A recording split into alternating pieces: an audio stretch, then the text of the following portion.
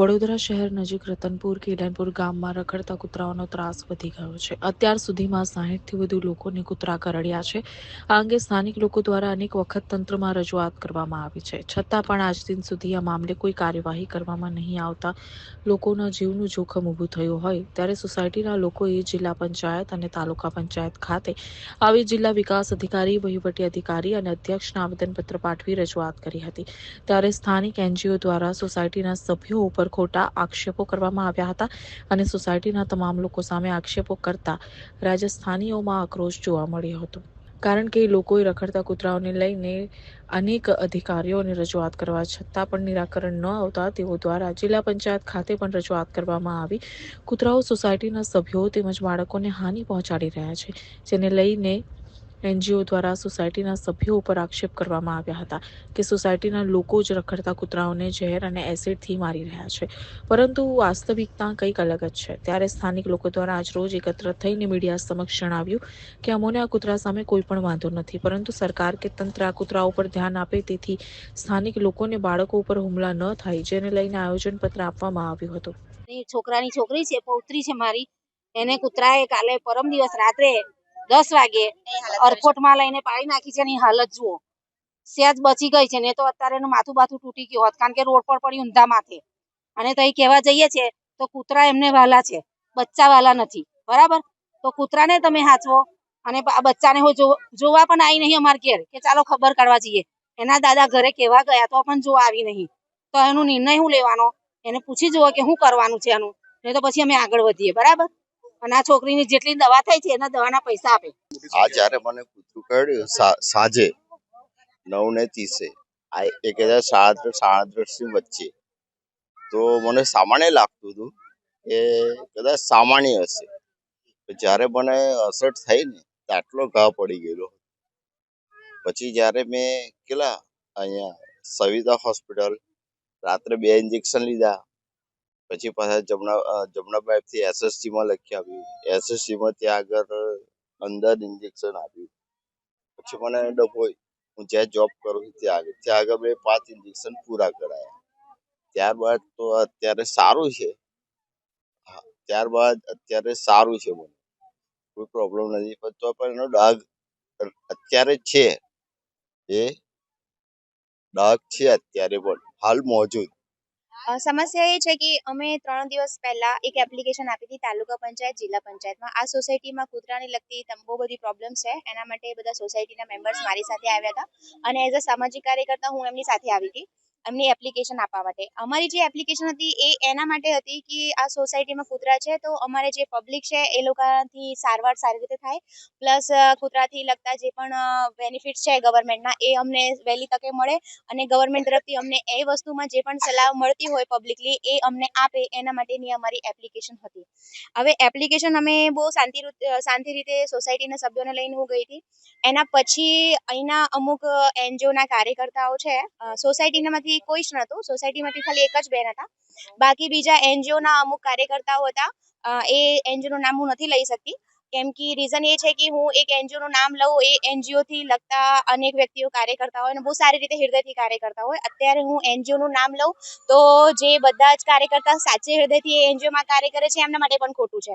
એટલે એ અમુક એનજીઓના 1-2 વ્યક્તિઓ અમારા અગેન્સ્ટમાં ન્યૂઝમાં આવીને બોલ્યા કે એ બેનને શું એવું ખૂંચતું હતું, સોસાયટીમાં એવું કંઈ પ્રશ્ન જ નથી. તો સોસાયટીમાં બેન કોઈ પ્રશ્ન નથી તો આ આટલી મોટી પબ્લિક મારી પાછળ ઊભી છે.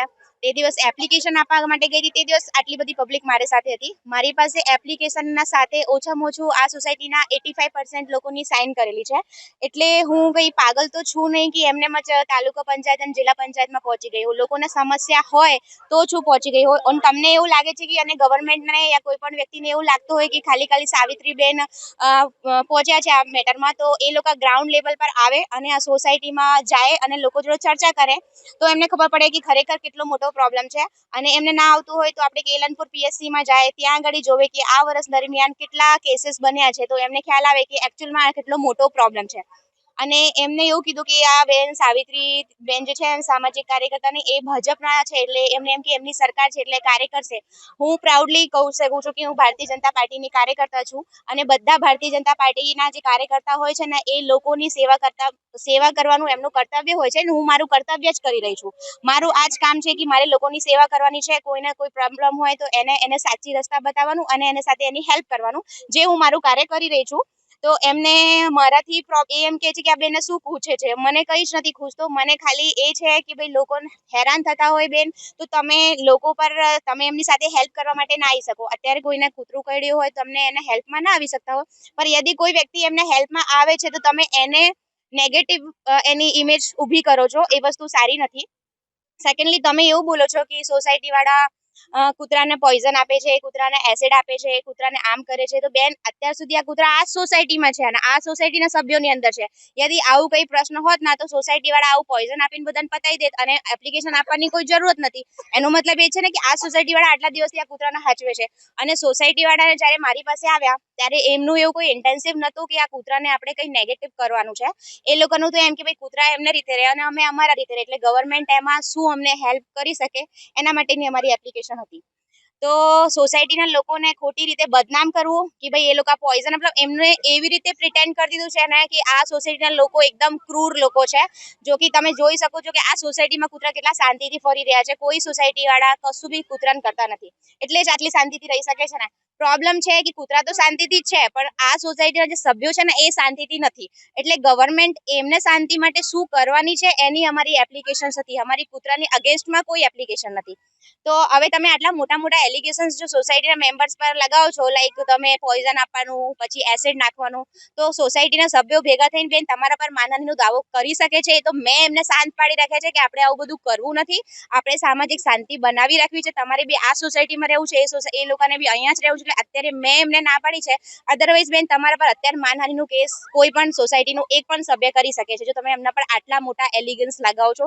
તમે બેસ વગરના, તમારી પાસે કોઈ પણ પ્રૂફ નથી અને તમે આટલું બધું સોસાયટીના ગલત તરીકેથી પ્રેઝન્ટ કરો છો, એના તમને કોઈ રાઇટ્સ નથી. અને બીજું, તમે એમ કહો છો કે ભાઈ તમને ડોગ્સના બધા રૂલ્સ એન્ડ રેગ્યુલેશન્સ ખબર છે, રાઈટ? તો બેન, આ નરેન્દ્ર મોદી સાહેબનું વિકસિત ભારત છે. નાનું છોકરું છે ને એને બી રૂલ્સ, રેગ્યુલેશન્સ, કાનૂન ખબર જ હશે. તો પછી મને તો ખબર જ હોય. મારી પાસે બી મોબાઈલ છે, મારી પાસે બી ગૂગલ છે. બધા નિયમ કાનૂન જોઈને અને વિચારીને જ આગળ પગલાં લેતી હોઉં. અને અમે જે પણ પગલાં લેતા હોય એ ગવર્મેન્ટના રૂલ્સના અકોર્ડિંગ જ લેતા હોય, ગવર્મેન્ટને સાથે લઈને જ ચાલતા હોય. ગવર્મેન્ટને એપ્લિકેશન આપવાનું એ અમારું અને સોસાયટી વાળાનું માનવ અધિકાર છે. એના અકોર્ડિંગ અમે ગયા હતા. અને તમે જે અમારા પર એલિગેન્સ કર્યા છે એનું તમને કોઈ પણ જાતનો અધિકાર નથી. બસ મને આવા કહેવા માટે કે સોસાયટી વાળાનો કોઈ ત્રાસ નથી, એને ત્રાસ સાબિત કરવા માટે કે ભાઈ ત્રાસ તો છે જ, એના માટેની આ અત્યારે બધાને બોલાવવામાં આવ્યા.